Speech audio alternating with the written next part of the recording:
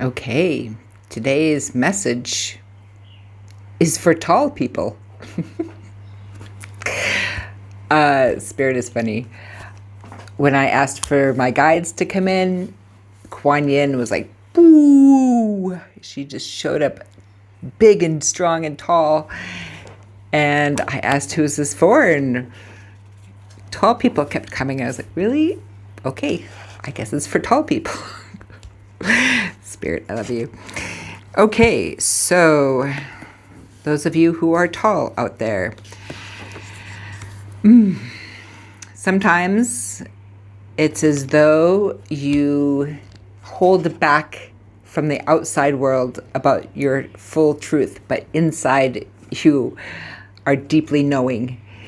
And I think this is from not having all the resources and the regularity that maybe someone who is shorter might have, meaning like access to like doors that you don't have to bend over, or like chairs that kind of fully support you, or airplane seats, right?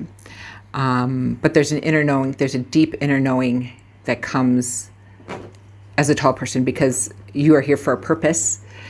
And what I was shown was it looked kind of cloudy, and then like this straight line, this like connector, like this connector line, like making the connections between the haziness.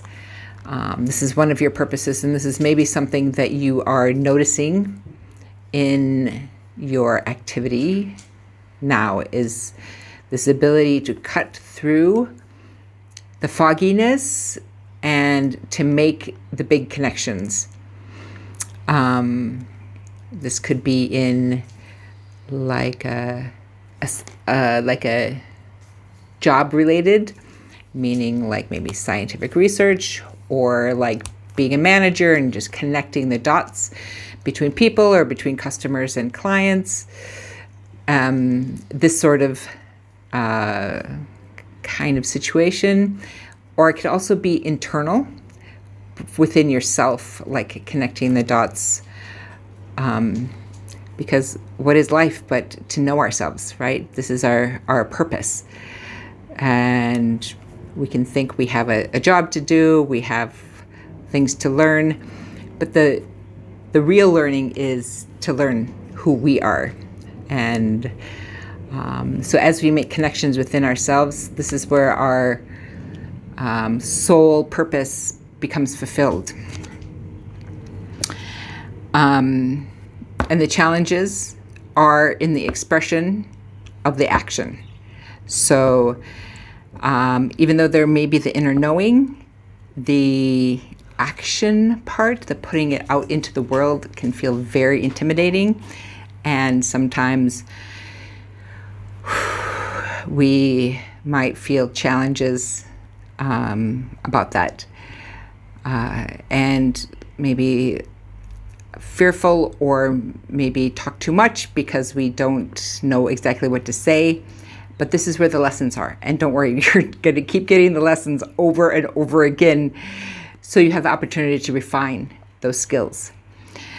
There is a sense of like understanding your intuition, but it's clear, but it feels small right now. So the way we make that grow is by continuing to trust. And there's the trust there. It's just that maybe it just needs a little bit more practice, maybe a little bit more expression.